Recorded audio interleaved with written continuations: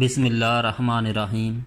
میری دوستوں سے گزارش ہے کہ ویڈیو کو لائک کریں، شیئر کریں اور چینل کو سبسکرائب کر دیں، ساتھ میں بیل آئیکن کا بٹن بھی دبا دیں تاکہ نئے آنے والی ویڈیوز آپ تک پہنچتے رہیں۔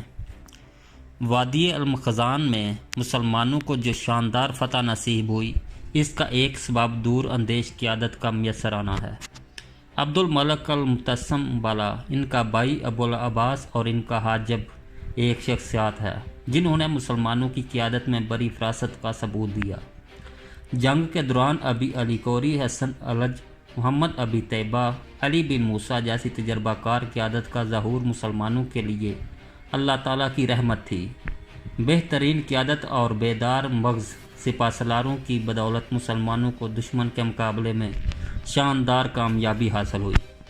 یاد رہے کہ علی بن موسیٰ آرائش پر حاکم تھے، مغرب اقصیٰ کے مسلمانوں کا اپنی قیادت پر اعتماد، اور اس اعتماد کا سبب عظیم صوفی ابو الحسن یوسف الفاسی تھے جنہوں نے اسلامی لشکر کے اندر اسلامی روح پھونک کر انہیں اسلام کی خاطر سب کچھ قربان کرنے کا جذبہ عطا کر دیا۔ مسلمانوں میں اپنے دین، اپنے عقیدے اور اپنی عزتوں کی حفاظت کا جذبہ اور سقوط گرناطہ اور اندلس کے ہاتھ سے نکل جانے کی وجہ سے دل پر لگنے والے زخموں پر مرہم رکھنے کے لیے تنگ ودو اس کا تیسرا اہم محرک تھا۔ مسلمانوں نے نصرانیوں سے ان ظالم کا حساب چکانا تھا جو مسلمان مہاجرین پر روا رکھے گئے تھے، اور ان وحشیانہ ظالم پر انہیں کڑی سزا دینا تھی جو اندلس میں رہ جانے والے مسلمانوں پر ابھی تک جاری تھے۔ تجربہ کار عثمانی فوجیوں کی جنگ میں شرکت، جو توپ خانہ کے ساتھ گولہ باری کرنے میں امتیازی مہارت رکھتے تھے۔ اس طرح اندلس کے کچھ مہاجرین کی شرکت جو گولہ باری اور بندوق سے فائر کرنے میں خصوصی مہارت رکھتے تھے، انہی لوگوں کی بدولت مغرب اقصیٰ کے توپ خانے کو پرتگالی نصرانیوں توپ خانہ پر فوقیت حاصل ہو گئی۔ عبد الملک المتسم بالا نے اپنے جنگی سپہ سالاروں کے ساتھ مل کر جو جنگی پلان تیار کیا تھا وہ بھی اس فتح کا اہم ترین سبب تھا۔ عبد الملک دشمن کو آہستہ آہستہ ایک ایسے میدان جنگ میں لے آیا جس میں اس کی بڑی فوج بڑی آسانی سے حملہ کر کے اپنے دشمن کو نقصان پہنچا سکتی تھی۔ یہ ایک ایسا میدان جنگ تھا جہاں گھوڑ سوار آسانی سے کارروائی کر کے دشمن کو شکار کر سکتے تھے۔ اس کے علاوہ عبد الملک نے کمال فراست کا ثبوت دیتے ہوئے سپلائی کے تمام راستے مسدود کر دیے جہاں سے انہیں امداد پہنچنے کے امکانات تھے۔ وادی المخزن میں ایک ہی پل تھا۔ عبد الملک نے اس پل کو تباہ کر کے دشمن کے لیے نجات کی سب راہیں بند کر دی تھی۔ عبد الملک اور اس کے بھائی احمد المنصور نے لوگوں کے سامنے ایک مثالی نمونہ پیش کیا۔ یہ دونوں بھائی خود جنگ میں شریک ہوئے اور ان کی شجاعت و بہادری مسلمانوں پر ان کے قول کی نسبت زیادہ اثر انداز ہوئی اور وہ مرنے مارنے پر تیار ہو گئے۔ مغربی اقصیٰ کی ان فوجیوں کا گھوڑ سواروں کی بدولت تفوق ان گھوڑ سواروں نے کامیابی حاصل کرنے میں اہم کردار ادا کیا۔ شکست خورد نصرانیوں کو گرفتار کیا اور مسلمانوں کے تیز گھوڑوں نے نصرانیوں کو بھاگنے کی مہلت نہ دی۔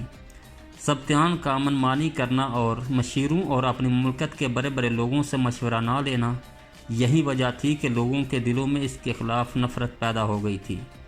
مغربی مسلم قوم کا نصرانی پرتگالی جنگ کے خطرات کو محسوس کرنا اور اس بات کا یقین کر لینا کہ ان خطرات کے خاتمے کے لیے تنگ ودو کرنا اور متعصب صلیبیوں کے خلاف نبردہ ازما ہونا اللہ تعالیٰ کی راہ میں جہاد ہے۔ مسلمانوں کا اللہ تعالیٰ کے حضور میں اپنی فتح و نصرت کی دعا کرنا اور اسی بارگاہ میں نہایت خشوع و خضوع سے التجا کرنا کہ نصرانیوں کو ناکامی ہو اور دشمنان اسلام کا حملہ غائب و خاسر رہے۔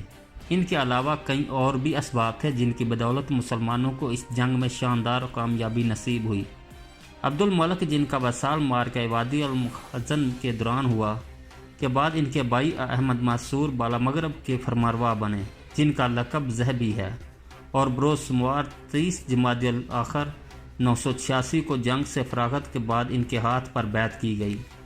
سلطان احمد ذہبی کے ایلچیوں کی وساطت سے اس فتح کی خبریں عثمانی سلطنت کے دارالحکومت تک اور مغرب کے پڑوسی اسلامی ممالک تک پہنچیں۔ مسلمانوں میں خوشی کی لہر دوڑ گئی۔ تمام اسلامی علاقوں میں عید کا سماں دیکھنے میں آیا۔ ہر طرف سے مغربیوں کو اس عظیم کامیابی پر مبارکباد کے خطوط موصول ہوئے۔ یاد رہے اس دور میں تخت خلافت پر سلطان مراد خان ثالث تشریف فرما تھے۔ آفاق عالم میں سعودی سلطنت کا ستارہ بلند ہو گیا، یورپی اقالیم میں اس کی محبت کا دم بھرنے لگے۔ پرتگال کے نئے فرمانروا اور اسپانیہ کے فرمانروا نے مجبوراً خیر سگالی کے وفود بھیجے اور نہایت قیمتی تحائف سعودیوں کی خدمت میں پیش کیے۔ خود تخت خلافت سے انہیں مبارکباد دی، خطوط موصول ہوئے اور قیمتی ہدایہ لے کر عثمانی وفود مغرب اقصی پہنچے۔ اس کے بعد فرانس کے فرمانروا کی طرف سے بھی تہنیت کے خطوط آئے۔ الغرض وفود کا تانتا بند گیا اور صبح و شام مغرب اقصی میں تہذیب کے پیغامات آنے لگے۔ مغرب اقصی کی سمندری حدود میں پرتگالیوں کے نصرانیوں کا اقتدار ختم ہو گیا، ان کی شان و شوکت جاتی رہی اور ان کی سلطنت ڈانو ڈول ہو گئی۔ پرتگالی مورخ نویس ماریا وادی المخازن کی جنگ کو ان الفاظ میں بیان کرتے ہیں: آنے والے ادوار میں ہمارے لیے ایک ایسا دور بھی پوشیدہ تھا کہ اگر میں اس کو اس طرح بیان کروں جس طرح ہمارے مخالفین بیان کرتے ہیں تو میں کہوں گا وہ ایک انتہائی منحوس اور نامبارک دور تھا۔ اس میں شوکت و سہولت، کامیابی و کامرانی کا سورج غروب ہو گیا۔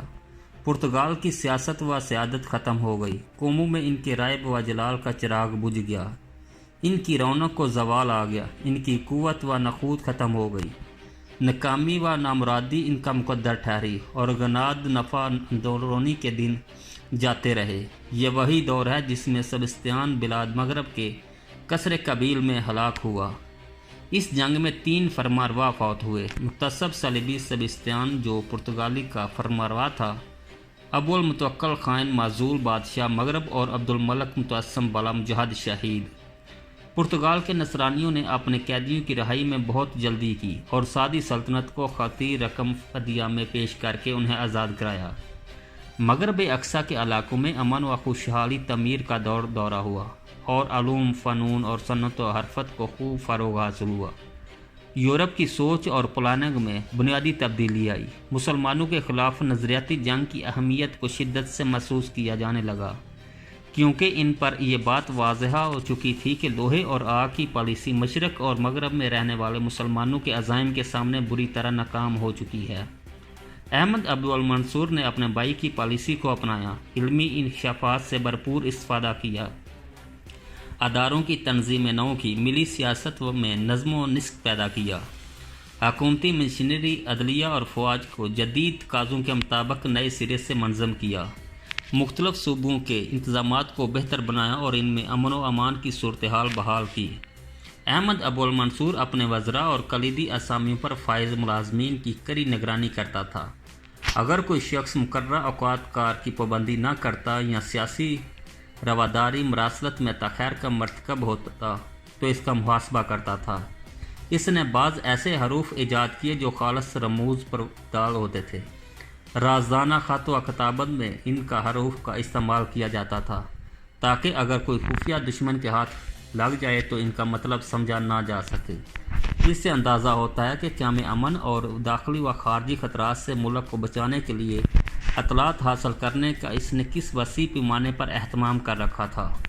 عدالتی سسٹم کی طرف سے اس نے خصوصی توجہ دی، عدلیہ کو انتظامیہ سے بالکل الگ کر دیا اور انتظامیہ کی عدلیہ کے امور میں مداخلت کو بالکل ممنوع قرار دے دیا۔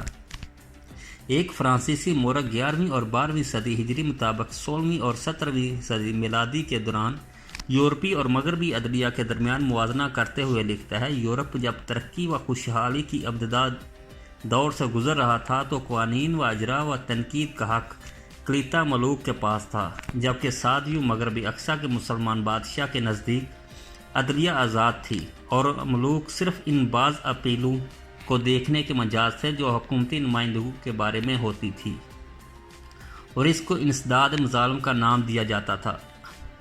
احمد منصور نے مجلس و مظالم کے نام سے ایک کورٹ قائم کی۔ اس کا صدر دفتر مراکش میں قصبہ جامع مسجد میں تھا اور اس کی نگرانی وہ خود کرتا تھا۔ یہ کورٹ اس کے محل کے پڑوس میں تھا۔ انہوں نے ایک ایسی کمیٹی بھی تشکیل دی جو مختلف صوبوں میں عدلیہ کے امور کی نگرانی کرتی تھی اور ان کی رپورٹوں کا منظر غیر مطالعہ کرتی اور تنقیدی جائزہ لیتی تھی۔ انہوں نے انتظامیہ کے نظم و نسق، اپنی مملکت کے استحکام اور رعایا کو انصاف بہم پہنچانے کا خصوصی اہتمام کیا۔ मुल्क के तोलो अर्ज में चौकियाँ कायम की जहाँ पर हर दम चौकस सिपाही पहरा देते थे। एक चौकी दूसरी चौकी से ज़्यादा 20 किलोमीटर की मसाफत पर थी। मुसाफिरों और काफिलों को किसी चोर और रहज़न का खटका नहीं रहा था। वो देहातों और सहराओं को अमन व सलामती से अबूर करते थे।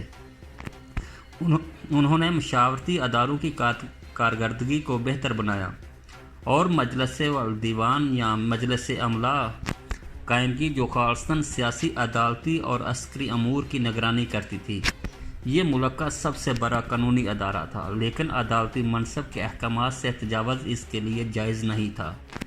मजलिस दीवान में इतनी लचक थी और इतनी आसानी रखी गई थी कि माहरीन और शहरी व देहाती मराकज़ के नुमाइंदे वसी पैमाने पर मशवरा दे सकते थे। सुल्तान अहमद मंसूर ने मुल्की अफवाज की तंजीम नौ में उस्मानी निज़ाम से पाक की पैरवी की। सारी सिपाहियों के पास असला, इनकी तनख्वाहें और यूनिफॉर्म वही थी जो उस्मानी फ़ौज की थी। जो लोग आला अस्करी कारकर्दगी का मुजाहरा करते तो उन्हें इम्तियाजी इसनाद दी जाती और आला अहदेदारों पर तरक्की दी जाती। वादी अल मखाज़न में आला कारकर्दगी का मुजाहरा करने वाले अफराद को आला अहदे दिए गए और वक़्त ने साबित कर दिया कि अहमद अल मंसूर का ये फ़ैसला सही था। जिन लोगों को आला अहदों पर फाइज किया गया, इनमें इब्राहिम मोहम्मद सफ़ियानी जो वादी अल मखाज़न में मुक़द्दमत अल जैश के कायद थे, अहमद बिन बरका और अहमद उमरी मकली के नाम सरफर्ज था। लश्कर की तिब्बी ज़रूरियात को पूरा करने के लिए मेडिकल यूनिटों का कायम अमल में लाया गया। ये यूनिट जंग के दौरान ज़ख्मियों की मरहम पट्टी करती थी और हालत अमन में इनकी तिब्बी ज़रूरियात को पूरी करती थी। अलावा अज़े फ़ौज में महर टेक्निकल माहिरीन की तैयारी का अहतमाम किया, तोपसाजी के लिए फैक्ट्री कायम की, बहरिया की तरक्की व खसूसी तवज्जो मरकूज़ की, बिलखसूस अल-आराइश और इस्लाकी बंदरगाहों के जहाज़ों की कारकर्दगी को बेहतर बनाने के लिए खसूसी तवज्जो मबज़ूल की। दौलत सादिया ने जनूब की तरफ अपने नफूज़ को बढ़ाने की कोशिश की, मगरबी सूडान को अपनी मुमलकत में शामिल किया और हिस्पानिया, इंग्लिस्तान और उस्मानियों के मुकाबलों की खेल में दाखिल हो गए। इनकी बदौलत इसकी तरफ से इम्तियाजी हैसियत की हामिल सियासी सलाहियतों का इजहार हुआ। अहमद अल मंसूर अपने मुल्क में अमन व अमान कायम करने, मुल्क को खुशहाल बनाने और इसकी तमीर व तरक्की को आगे बढ़ाने में कामयाब रहा। हिस्पानवी फ़ौजों ने पुर्तगाली इलाकों को हड़प करना शुरू कर दिया और पुर्तगाली अमीर डॉन अंतोनियो उन हिस्पानवी फ़ौजों का मुकाबला करने में नाकाम रहा जिन्होंने इसके मुल्क को 1580 में अपने मुल्क में ज़ाम कर लिया। ऐसे में उस्मानी सुल्तान मुराद साल्स ने उस्मानिया के ख़िलाफ़ एक फ़ौजी मुआहदा करने की तजवीज़ पेश की और सादियों को पेशकश की वो जंगी बहरी बेरे और लड़ाका फ़ौजों से इनको अमदाद फराहम करेगा।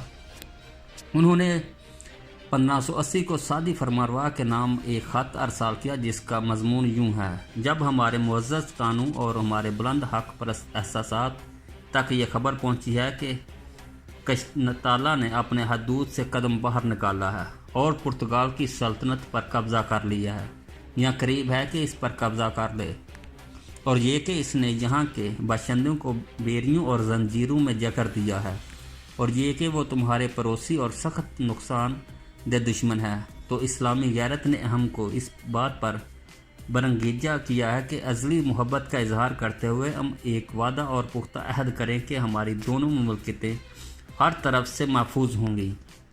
हम इस अहद को काबा शरीफ में मुअल्लक़ करें। जब यह काम मुकम्मल हो गया तो हम 300 सुल्तानी जहाज़, 1 लश्कर जरार और उस्मानी ज़रपोश आपकी तरफ भेजेंगे, जिनके ज़रिए इंशाअल्लाह अंदलस का मुल्क फ़तह हो जाएगा। यूनस में उस्मानी सल्तनत के इस्तेहकाम के बाद खलीज अली मगरब पर नज़रें जमाए हुए था। इसने मगरब इस्लाम के इलाकों की सियासी यकजहती के लिए ज़रूरी ख्याल किया कि इन इलाकों को दौलत उस्मानिया में ज़म कर दिया जाए और इसके लिए इब्तदाई कोशिश शुरू कर दी थी। बिलखसूस इसके बाद अहमद मंसूर तज़ब्ज़ब का शिकार था और कोई कतई फ़ैसला नहीं कर पा रहा था। बिल आखिर खलीज अली जो उस्मानी बहरिया का कायद था को अहकाम मिल गए कि वो मगरब का रुख करे और इसे दौलत उस्मानिया में मिलाने के लिए हमला कर दे। खलीज अली जमादियुल आखिर 899 जून 1581 को अलजायर पहुंचा। इस दौरान मंसूर दरियाए तानस्फीत के करीब अपनी फौजें उतार चुका था। मगरबी फौजें उस्मानी हमला का मुकाबला करने के लिए पूरी तरह तैयार थी, क्योंकि मंसूर अपना लश्कर पूरी तरह तैयार करके अपने मुल्क की सरहदों तक पहुंचा था। इसने अपनी मुल्कत की बॉर्डर सील कर दिए थे और जगह जगह मोर्चे कायम करके दफा को बिल्कुल मजबूत बना लिया था। इन तैयारियों के साथ साथ मंसूर ने इस्तांबुल में एक सफारत रवाना किया, जबकि इससे पहले वो हिस्पानिया के साथ एक तरह का अस्करी मुआहदा कर चुका था। हिस्पानिया 27 जमादियल आखिर 999 मुताबिक जुलाई 1581 को पुर्तगाल के दारुल हुकूमत लिस्बोना पर कब्जा करके अपने मुश्किलात पर काबू पा चुका था। हिस्पानिया और मंसूर के दरमियान जो मुआहदा तय पाया था, इसकी रूह से हिस्पानिया ने मगरब को उस्मानियों के खिलाफ अमदाद देना थी और मगरब ने इस अमदाद के बदले आराइश के शहर से दस्तबरदार होने के अलावा कई दूसरी मराहत का भी ऐलान किया था। तब्दीली हालात के पेश नज़र उस्मानी सुल्तान ने इसकी ज़रूरत को महसूस करते हुए मगरब पर हमला करने का फ़ैसला ले लिया और खलीज अली और अलजायर में इसके नायब जाफ़र पाशा को हुक्म दिया कि वो मगरब से अलग रहे और मशरक़ की तरफ हट जाएं, क्योंकि हजाज मुक़द्दस में हालात साजगार नहीं रहे थे। खलीज अली ने उंदलस को वापस लेकर अपने हदफ को तर्क कर दिया। हालांकि वो चाहता था कि मगरब को उस्मानी सल्तनत में ज़म करने के बाद उंदलस पर हमला करे। आस्ताना और फास के दरमियान सफ़र का तांता बंध गया। अहमद बिन वदू, शाज़मी अब्दुल हसन बिन मोहम्मद तमकरोती की सफ़ारतें 997 मुताबिक 1588 और 999 मुताबिक 1590 के दरमियान अरसे में पहुँची। 1599 में अहमद मंसूर ने उस्मानी सफ़ीर का इस्तकबाल किया। उस्मानी सुल्तान की आरज़ू ना तो ईरान में शिया सफ़ियों के ख़िलाफ़ पूरी हुई और ना वस्ती यूरोप में बिसरज के इलाके में इसको कामयाबी हुई। इसके अलावा हजाज मुक़द्दस में उम्मत इस्लामिया के मुक़द्दस मकामात की हिफाजत की ज़िम्मेदारी कमा हक़ा पूरी हुई और ना यहाँ और अपने अमन प्रोग्राम की मदद करने में कामयाब हुआ। 1582 में अलजायर के उस्मानी गवर्नर ने अपने बहरी बेड़ा तैयार किया ताकि हिस्पानिया के साथ खुद इसकी सरजमीन पर जंग करे। मुसलमान मुजाहिदीन बार्सिलोना उतरे, शहर को ताराज किया और फिर जबल तारक की तंगताए को अबूर करके अलकनारी जजीरों पर हल्ला बोल दिया, जो हिस्पानिया के ज़ेरे नगी थे। मुस्लिम फौजों ने यहाँ की अस्करी मराकज़ की ईंट से ईंट बजा दी और बहुत सा माल गनीमत हासिल किया। उस्मानी बहरिया उंदलस पर हमला सिर्फ इसलिए नहीं करती थी कि उन्हें सज़ा दी जाए, इनकी अमला को तबाह किया जाए, बल्कि इनका औलियन मकसद ये था कि उंदलस के मजलूम मुसलमानों को नसरानी मज़ालम से नजात दी जाए और उन्हें इस जहन्नम से निकाला जाए। इन महमात के दौरान मुसलमान मुजाहिदीन को सख्त मार्कों का सामना करना पड़ा और कई बार हजीमत का शिकार होना पड़ा। बदकिस्मती से यंग चिरी फ़ौज ने अलजायर के लोगों पर मज़ालम की इंतहा कर दी। मज़ालम का ये सिलसिला इस वक्त सामने आया जब बहरी फ़ौज के लोग वापस अलजायर पहुँचे ताकि वो वसी पैमाने पर बहरी जहाद का सिलसिला शुरू करे। इसलिए हसन फंजियानो अपनी बहरी मुहिम से फ़ौरन वापस आ गया, क्योंकि इसे फ़ौज में बदनज़मी की खबर मिल चुकी थी। इसने अलजायर पर एक दफ़ा फिर तवज्जो मरकूज़ की, यहाँ के लोगों को अपना मती किया। ये वाक़या रबीउल सानी 991 मुताबिक अप्रैल 1583 का है। उस्मानी हुकूमत ने इस कार्रवाई से कुछ तर्ज ना किया, क्योंकि इस कार्रवाई का मकसद इख्तिलाफ़ात का ख़ात्मा, फितना फसाद की आग को बुझाना और अलजायर में अमन कायम करना था। अपनी खुदादाद सलाहियतों की बदौलत हसन फंजियानो ने हालात पर काबू पा लिया। अलजायर में उस्मानी बहरिया की क़यादत के अहदे की ज़िम्मेदारियों के साथ साथ यहाँ के सियासी मामलात को भी अपने हाथ में लेकर एक बेहतरीन कायद और सियासतदान का सबूत दिया। इसके दौर में बेतहाशा माल गनीमत अलजायर पहुँचा। हिस्पानिया और मशरक़ी जजीरों की दौलत से भरे जहाज़ अलजायर पहुँचते रहे। बेअंदाज नफीस चीज़ों के अलावा कसीर तादाद में ग़ुलाम भी मुसलमानों के हाथ लगे। 1584 को हसन फंजियानो अपने बहरी बेड़े को लेकर बल्नेसिया की सरहद पर पहुँचा और उंदलस के बहुत से मजलूम मुसलमानों को हिस्पानवी नसरानियों के मज़ालम से छुड़ाकर अपने साथ अलजायर ले आया। अगले साल का लोसा के तमाम बाशिंदों को निकाल लाने में कामयाब रहा। इससे अगले साल मुराद अदरीस बहरे एंटलाटक की हदूद में दूर तक निकल गया, अलकनारी के जजीरों को ताराज किया। और बहुत सा माल गनीमत लेकर वापस लौटा। इस माल गनीमत में इन जजीरों के हाकम की बेगम भी थी। हसन फंजियानो अलजायर में हुकूमत करता था, यहाँ तक कि इसे इस्तांबुल में बुलाया गया और 1587 में खिलजी अली की वफ़ात के बाद अमीर अल बहर का अहदा कबूदान दोरिया इसके हवाले कर दिया गया। खिलजी अली की वफ़ात के साथ ही अलजायर से बेलरबिक निज़ाम का ख़ात्मा हो गया और इस निज़ाम के ख़ात्मे की वजह से अलजायर के हुक्मरान वसी अख्तियारात और इक़्तिदार के हाकिम बादशाह बन गए। बेलरबिक निज़ाम की जगह पाशवी निज़ाम ने ले ली। इस तरह का निज़ाम हुकूमत यूनस और तराबलस में भी राइज हुआ। उस्मानी हुकूमत की इस तब्दीली की तवज्जो ये की जा सकती है कि सुल्तान डरता था कि बेलरबिक अलजायरियों की क़ुव्वत और उस्मानी बहरिया की कमज़ोरी की वजह से कहीं खुद मुख्तारी का ऐलान ना कर दे। पाशा की हैसियत एक मुलाज़म की होती थी जिसे आस्ताना से 3 साल के लिए भेजा जाता था। इन 3 सालों में वो बगैर किसी बुनियादी सनद और फ़ौजियों के मकामी अमदाद के हुक्मरानी करता था जो इन इलाकों पर काबज़ थी। पाशा तराबलस, यूनस और अलजायर हर जगह सुल्तान का नुमाइंदा होता था और इस्तांबुल दारुल हुकूमत से दूर होने की वजह से इससे तसर्रुफ़ के मुकम्मल अख्तियारात हासिल होते थे। 1588 के बाद दौलत उस्मानिया की तीनों मिशनरियों तराबलस, यूनस और अलजायर के हालात से अंदाज़ा होता है कि इन इलाकों में पाशा के इक़्तिदार और तसल्लुत के मुताबिक यहाँ बहरी और बरी फ़ौज को इक़्तिदार हासिल था, लेकिन ये इक़्तिदार वलायत के अंदर किसी हद तक टैक्सेस वसूल करने की हद तक महदूद था। उस्मानियों का अमल दखल बस इतना बाकी रह गया था कि खुतबा में इनका नाम लिया जाता था। सालाना टैक्सेस वसूल करते हुए मुल्की जंग में उस्मानी फ़ौजें हिस्सा लेती थी और आस्ताना से आने वाले पाशा को कबूल किया जाता था जो सुल्तान की नुमाइंदगी करता था। 1571 में लिबनानियों के मार्के के बाद शुमाली अफ्रीका के इलाकों में भी यही तब्दीली रूनमा हुई। जब ये इलाके अलजायर में मौजूद बेलरबिक निज़ाम में हुकूमत की ज़िम्मेदारी में थे तो ये तीनों वलायतों में तकसीम हो गए, तराबलस, यूनस और अलजायर। ये तीनों भी दौलत उस्मानिया की दूसरी आम वलायतों का रंग अख्तियार कर गए। बाज़ इलाकों पर सादी हुकूमत की अमलदारी थी तो बाज़ इलाकों में यंग चिरी फ़ौज की हुकूमत, जबकि मशरकी इलाकों में सूरत हाल बिल्कुल मुख्तलिफ थी। इसके अलावा कई दूसरे असबाब भी थे जिनकी वजह से अंदलस को वापस लेने का ख्वाब शर्मिंदा तबीर ना हो सका। दौलत उस्मानिया अरसे तक मगरबी अक्सा पर हाकम रही, लेकिन बाहिम्मा व दौलत उस्मानिया का मुस्तक़बिल हिस्सा ना बन पाई, जिसकी कई वजूहात है, लेकिन इनमें से चंद अहम वजूहात का जिक्र यहाँ किया जाता है। 1587 में खिलजी अली का वसाल और इनके वसाल के बाद शुमाली अफ्रीका का सूबाई निज़ाम में दाखिल हो जाना। वादी अल मखाज़न की जंग में पुर्तगालियों के मुकाबले में मगरबियों ने जो कामयाबी हासिल की, इसकी वजह से उस्मानी हुक्मरानों की निगाह में सादियों की कदर व मंजिलत बढ़ गई और वो इन एहतराम करने लगे। बहर मुतवस्सत में दौलत उस्मानिया बहर अहमर और दूसरे समंदरों की निस्बत ज़्यादा फ़ाल किरदार अदा कर सकती थी, जिसकी कई वजूहात बयान की जाती हैं। शुमाली अफ्रीका, इस्तांबुल और मिस्र हर 2 इलाकों के करीब पड़ता था, जिसकी वजह से यहाँ बहरिया को मुसलसल अमदाद पहुँचती रहती थी।